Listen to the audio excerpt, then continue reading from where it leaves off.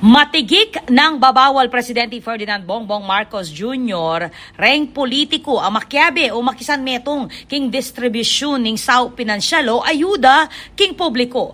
Ingutos, gewanen ng Presidente kay bat neng pinirman ing 6.793 trillion pesos at 2026 General Appropriations Act o GAA. Itibang asigurado kanuna rembalang pesos direkta lang mapupunta kareng tune benepisyaryo at aywasan ing patronage.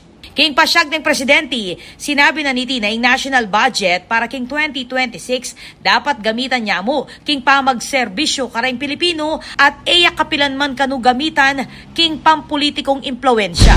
We will strictly implement the provision on the prohibition of political involvement in the distribution of cash and other forms of financial assistance.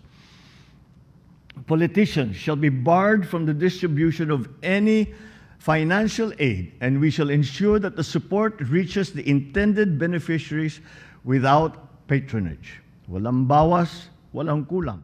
Dikdik ng Presidente na alang bawas, alang kulang, reng programang isahup a dapat ipatupad kapamilatan ng gustong paralan, bang labanan ing patronage politics. Migdagdag mo naman kanong alokasyon, lalam ning Local Government Support Fund, bang pasik na nga ning kakayanan da rin local government unit na pakibatan ng pamangailangan karasking progreso, suporta ning kabiyayan at mitalakad safe at matataga komunidad. Ing gobyerno, midadake ang cash at aliwa pang sao pinansyal kay publiko kalupaning assistance to individuals in crisis situations o AICS, tulong panghanap buhay sa ating disadvantaged o displaced workers o tupad at Pantawid Pamilyang Pilipino Program of 4Ps, makanyan mo naman rin cash grants at pensyon para kareng senior citizens at rin persons with disabilities o PWDs.